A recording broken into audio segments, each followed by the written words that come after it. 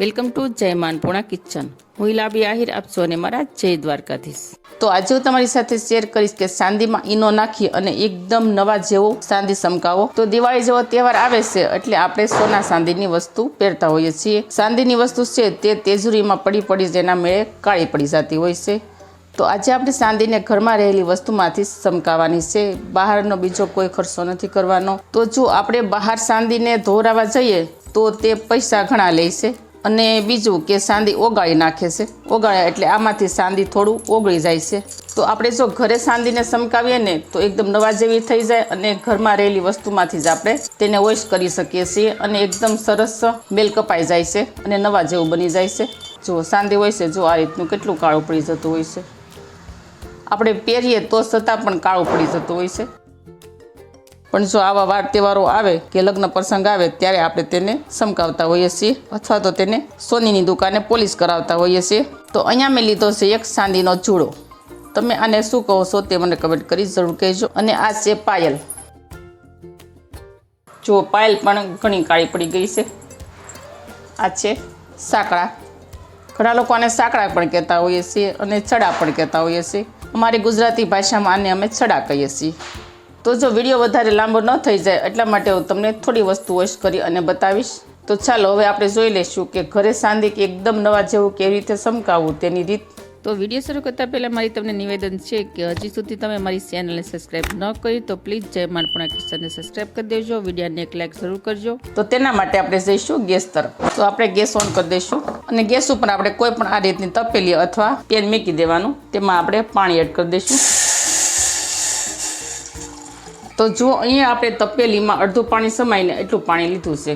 કારણ કે જો આપણે આખી તપેલી ભરીએ ને તો પાણી ઉભરાય છે. એટલે પાણી ઉભરાય એટલે ગેસની બહાર આવી જાય. એટલે આપણે વધારે પાણી નહીં લેવાનું.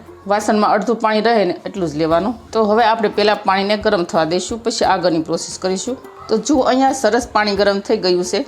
આ રીતનું પાણી ગરમ થઈ જાય એટલે આપણે આમાં 1 ચમચી જેટલી ચાયપત્તી એડ કરી દઈશું, મતલબ ચાની ભૂકી.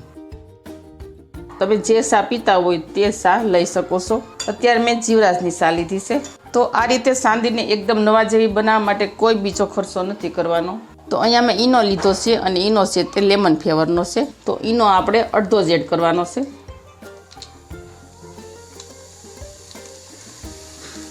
જો હજુ અડધો ઈનો પડ્યો છે. ત્યારબાદ આપણે લીંબુ લઈ લઈશું. લીંબુને આપણે અડધું જ લેવાનું છે. તો અડધા લીંબુનો આપણે રસ એડ કરી દઈશું. લીંબુ પણ મેલ કાપવાનું કામ કરે છે.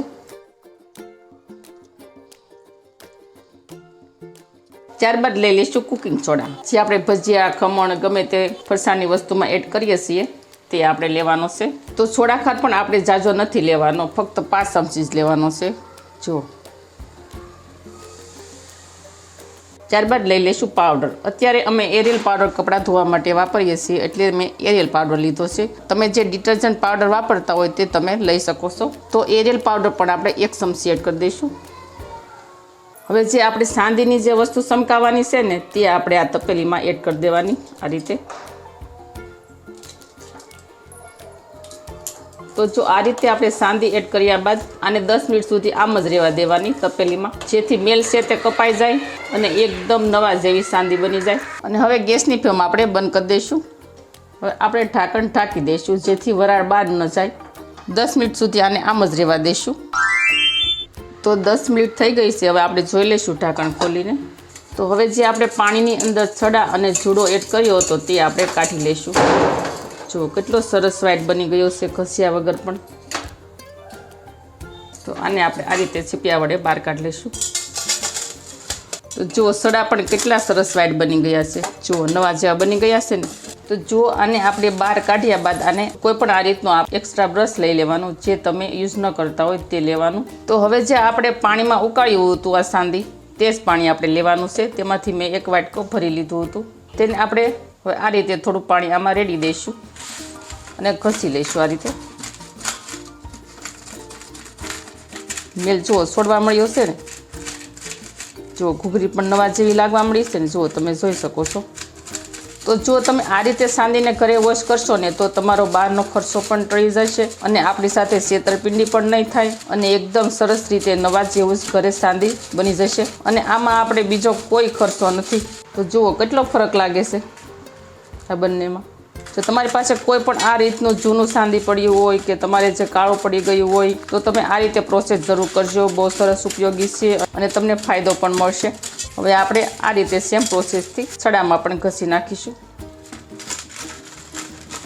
જો તમે જોઈ શકો છો કેટલો સડામાંથી મેલ નીકળે છે. તો જો આ મારી પાયલને મેં 2-3 વર્ષ સુધી વોશ નથી કરાવ્યા અને ઘરે પણ મેં વોશ નથી કર્યા, એટલે મને થયું કે દર્શક મિત્રો સાથે આ રીતે સાંદીને વોશ કરી અને નવા જેવું બનાવી અને તેની સાથે વિડીયો શેર કરું. લાગે છે નવા જેવું? જો તમને આમાં કેટલો તફાવત લાગશે. તો ફ્રેન્ડ, તમને જો આ વિડીયો સારો લાગે તો તમારા ફ્રેન્ડ અને ફેમિલીમાં વધુને વધુ શેર કરજો, તેને પણ ઉપયોગી થશે. તો ફ્રેન્ડ, તમે જો હજી સુધી વિડીયોને લાઇક ન કરી હોય તો લાઇક જરૂરથી કરી દેજો, કારણ કે તમે લાઇક કરવામાં છે ને બહુ કંજૂસી કરો છો. લાઇક કરવામાં કોઈ ખર્ચો નથી લાગતો. તો જો અહીંયા આપણે સાંદીને આ રીતે ઘસી નાખ્યું છે, તો બની ગયું છે નવા જેવું. હું તમને વોશ કરીને બતાવું. જો બની ગયું છે ને એકદમ સરસ નવા જેવું. જો તમે તમારા નજરેથી જ જોઈ શકો છો. હવે આને આપણે ચોખ્ખા પાણીમાં એડ કરી દઈશું. તો આ રીતે આપણે પાયલને પણ વોશ કરી લઈશું.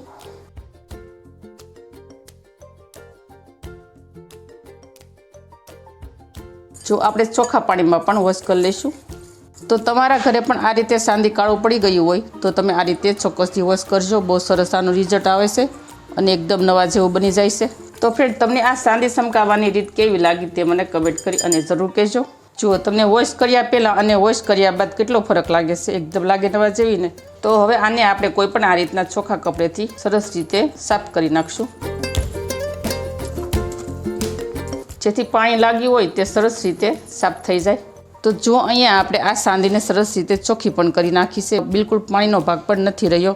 તમારે આ રીતે વોશ કરી અને કોઈ પણ કપડાં વડે સાફ કરી અને તેને પ્લાસ્ટિકની થેલીમાં મેકી દેવાની. એવી ને એવી જે છે 2-3 વર્ષ સુધી કાંઈ નહીં થાય અને કાળી પણ નહીં પડે. તો મારી આવી જ નવી ઇન્ફોર્મેશન સાથે, નવી રેસીપીઓ સાથે જય માં અન્નપૂર્ણા કિચનને સબસ્ક્રાઈબ કરી દેજો. વિડીયોને એક લાઈક જરૂર કરજો અને ફ્રેન્ડ અને ફેમિલીમાં વધુને વધુ શેર કરજો. આવજો, ફરી મળીશું નવી રેસીપીઓ સાથે, નવી ઇન્ફોર્મેશન સાથે, નવા આઈડિયા સાથે. ત્યાં સુધી થેન્ક યુ. જય દ્વારકાધીશ, જય સિયારામ, ધન્યવાદ.